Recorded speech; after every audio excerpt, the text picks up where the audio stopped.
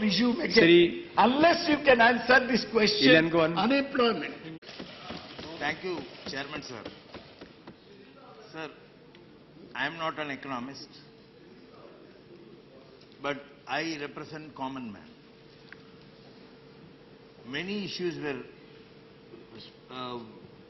dealt by Honorable Yashwant Sinha ji, Honorable Gurdas Das Gupta ji, who are a knowledge of economics. Very good. I am not even a student of economics. I speak on the point of the common man. The common man is not concerned about the balance of payment crisis. He is very much concerned about the increase in price of gold, which he intends to purchase for the wedding of his daughter. He is not concerned about the depleting foreign exchange reserve. He is concerned about the daily increase in petrol prices, for which he has to spend on his as fuel for his motorcycle. So he is very much worried as to how these things will be controlled.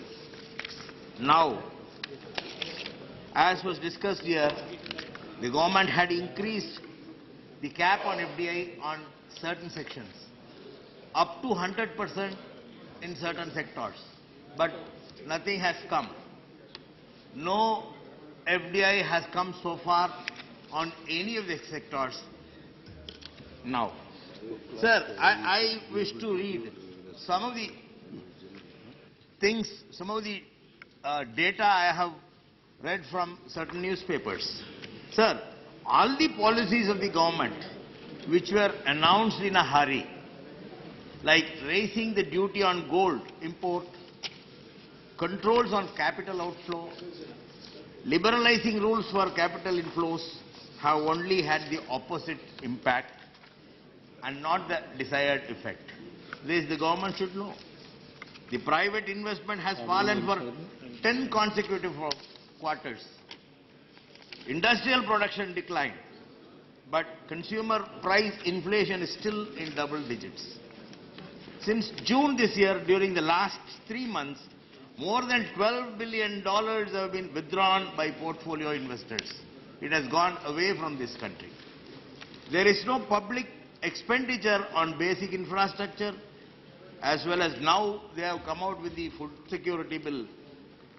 But in health sector, sanitation and education, there is no increase in public expenditure. Growth has slowed to a 10-year low. It is about a little above 5%, the lowest in these 10 years. These are the figures which I have culled out from various newspapers. But what is the reason? What is the reason? I can only say that the government has failed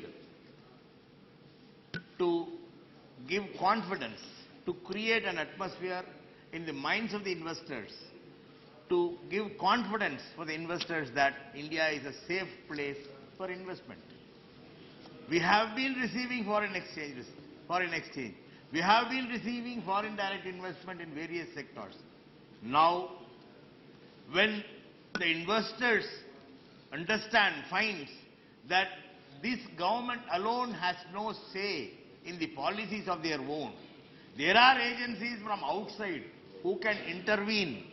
There are agencies from outside who can try to stall, who can try to stop these policies of the government, to change the policies of the government.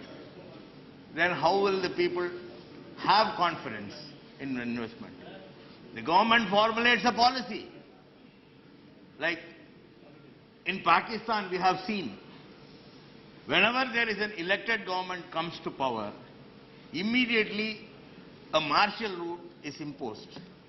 Now in India, there is an elected government which is in power. A judicial rule is being imposed in this country. Every act of the government is scrutinized by judiciary. Judiciary involves even in the policy decisions of the government. The government cannot promulgate their own policies. They cannot carry out their own policies. There is an intervention from the judiciary. Then how will the people have confidence in this country to invest, how will the people come to this country to invest? What has happened in telecom sector? We have opened up 100%, we have increased the cap to 100% in telecom sectors, but I don't think any company will come here. Nothing has come. Nobody will come. Vodafone, I think the Supreme Court has intervened on an issue and they will happily get out of this country. That is the situation. So I want the government to be strong enough to create confidence in the minds of the people. Sir, many of the schemes, I come from the state of Tamil Nadu. We had many infrastructure schemes wherein we had invested crores and crores of rupees, like the Sethu Samutram project, one project, and Chennai Port Madurai Expressway project. Both the projects where we have invested more than 1,000 crores of rupees could not be completed because of intervention. These were schemes by the central government, but the state government can stop it. A judiciary can stop it. Take your seat, take your seat. Please don't disturb. The state government has stopped it. The state government has not cleared. Now the government of India... Tambidureji, please take your seat. No interruption, please. Yes, Langovenji, you may wind up your speech. What we lack, what please, the please. government lacks... Please take your seat, Tambidureji. ...is that they have not created an atmosphere wherein the investors will have the confidence to invest. Not even private individuals. For the local savings, small savings, they should believe in the government. They should have confidence in the government. Please conclude. So, the only question is that this failure is because of the failure of the government in creating the confidence necessary for the investors to come to this country. With these words, I conclude. Thank you, sir. Thank you, Langovenji.